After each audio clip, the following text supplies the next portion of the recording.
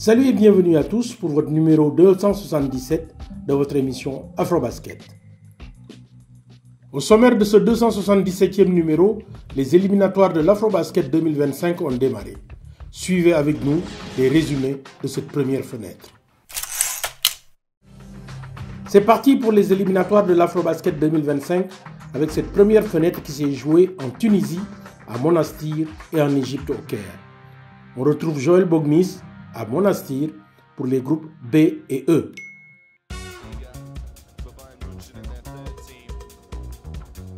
Le Cap-Vert envisage revenir sur la scène continentale après son succès au Rwanda. Les Blue Sharks ont fait sensation en Tunisie en renversant tout sur leur passage.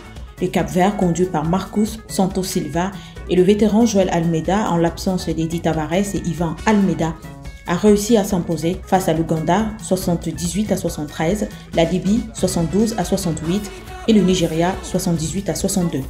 Le pays prend la tête de la poule B avec 6 points et se positionne désormais comme un véritable adversaire. La surprise est venue de la Libye qui a d'abord disputé les préliminaires de l'Afrobasket 2025. Elle s'en sort avec un bilan de 2 victoires et 1 défaite. L'objectif de la Libye est bel et bien connu: faire une bonne campagne qualificative pour revenir sur la scène africaine après 15 ans d'absence. L'homme à tout faire a un nom, Mohamed Sadi, capitaine et meilleur marqueur de l'équipe.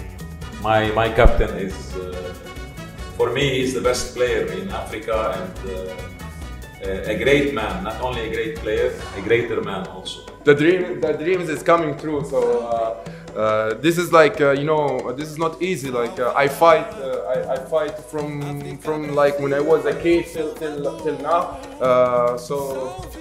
My dreams coming true.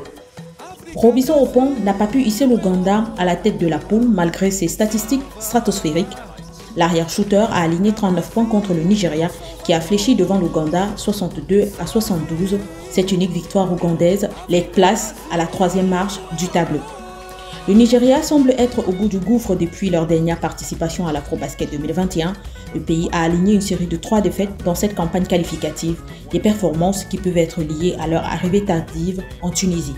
It always hurts to lose, but I'm proud of our effort that we came out and showed. Like Coach said, we arrived this morning, and the effort we put out, I was proud of the guys. There's some things we need to clean up, but overall, you win some, you lose some. We lost at the buzzer. I should have made the shot, but we played it with our heart. Les premières tendances à l'issue de la phase aller sont dévoilées. Faudra attendre le retour pour connaître les pays qualifiés pour la phase finale de l'Afro-Basket masculin 2025.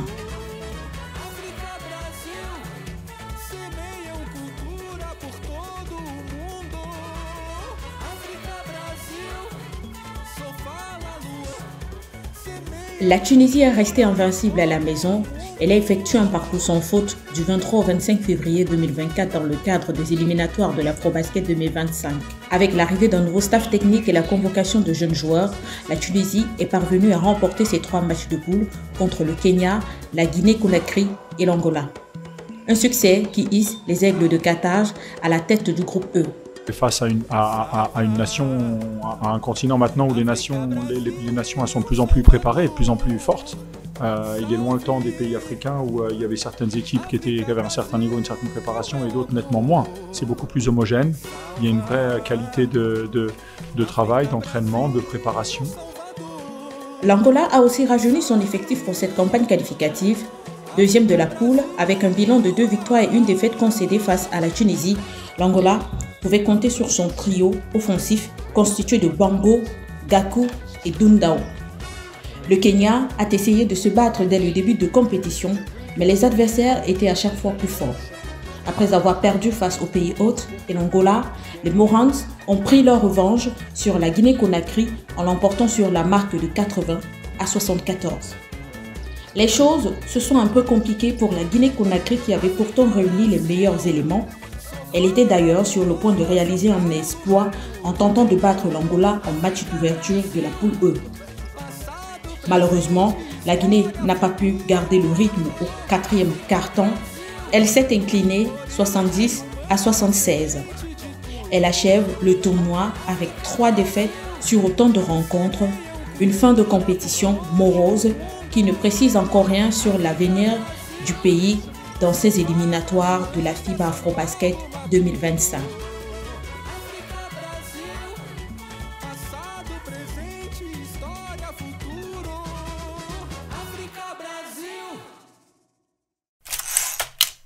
Au Caire, il n'y avait qu'un seul groupe. Et là, on retrouve Jonathan Orion. Nous nous rendons cette fois au Caire, en Égypte, où la Côte d'Ivoire, deuxième du dernier Afrobasket, la République centrafricaine, Madagascar et la sélection égyptienne s'affrontaient du 23 au 26 février dernier pour le compte du groupe D. Alors qu'ils se savaient attendus au tournant, les Ivoiriens ont tenu leur rang. Ils ont ainsi bouclé cette première partie de leur campagne sur une série de 3 victoires en autant de sorties. D'abord opposés à Madagascar, les éléphants n'ont pas tremblé, allant chercher la victoire 77-69. Souleymane Diabaté et ses coéquipiers ont ensuite enchaîné avec une deuxième victoire, encore plus convaincante cette fois, contre la République centrafricaine sur le score de 97-66.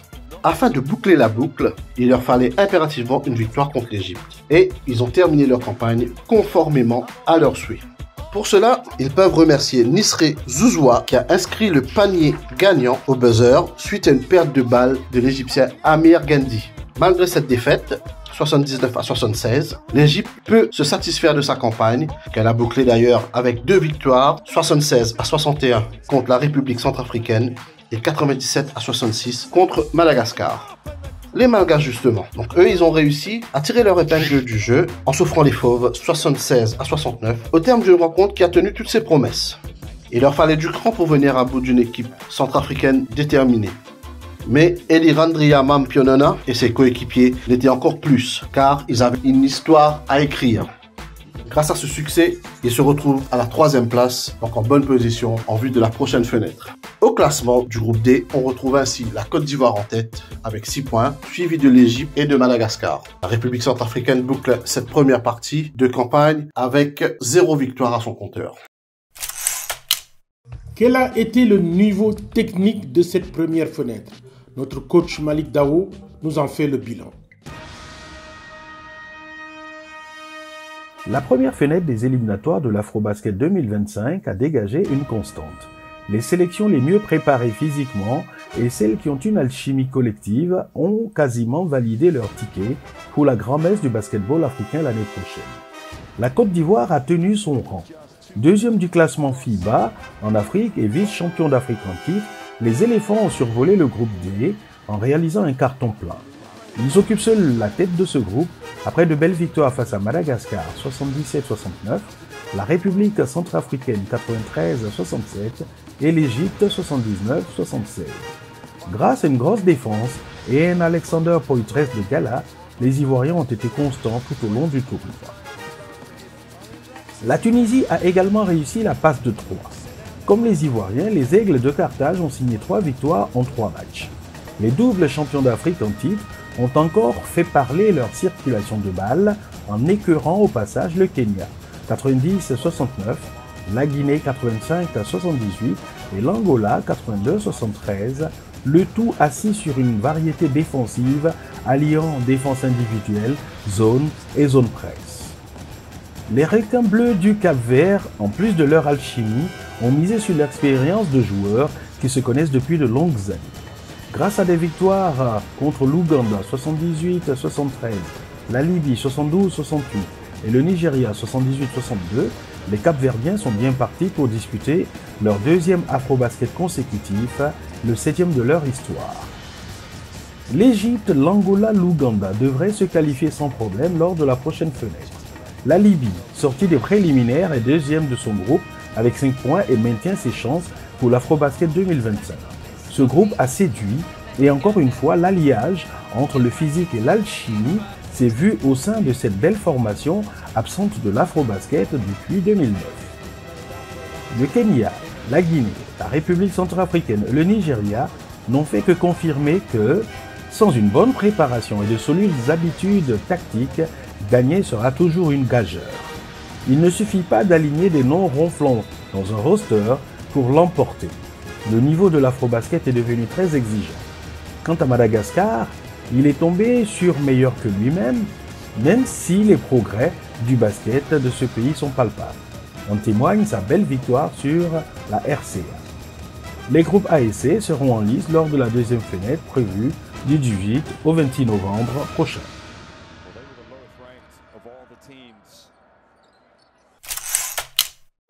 Terminons maintenant avec les meilleurs paniers de cette première fenêtre à Monastir et au Caire.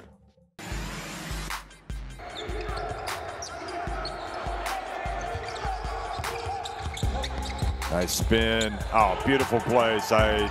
That's right. Let your play do the talking. Doing a good job.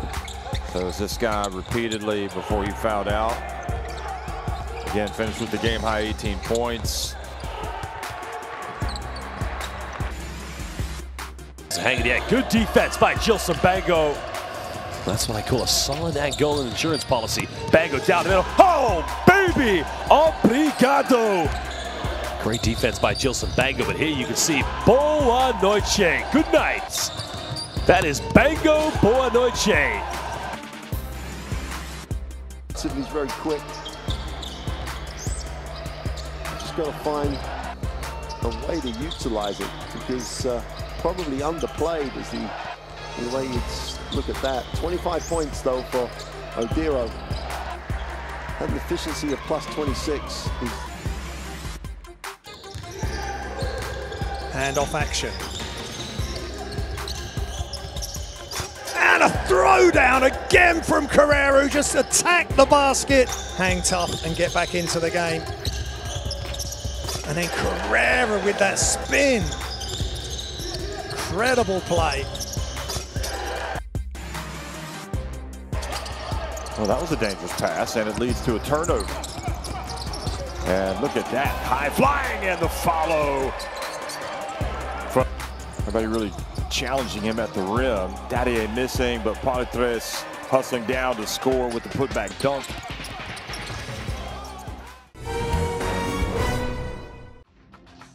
AfroBasket, c'est fini pour cet épisode. On se retrouve dans une quinzaine de jours pour votre prochain numéro. Restez fidèles à la suite de nos programmes.